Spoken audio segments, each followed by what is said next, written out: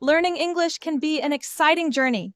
Imagine being able to express your thoughts, share your stories, and connect with people from all over the world. One of the best ways to enhance your vocabulary is through reading.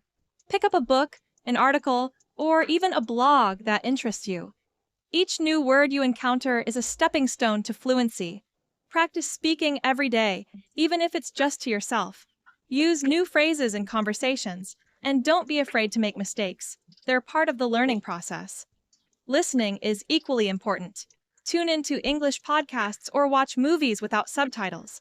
This helps you grasp the rhythm and intonation of the language. Lastly, immerse yourself in the culture. Join online forums or local groups where English is spoken. The more you engage, the more confident you'll become. Remember, every small effort counts. Keep pushing your boundaries, and soon you'll find yourself thinking in English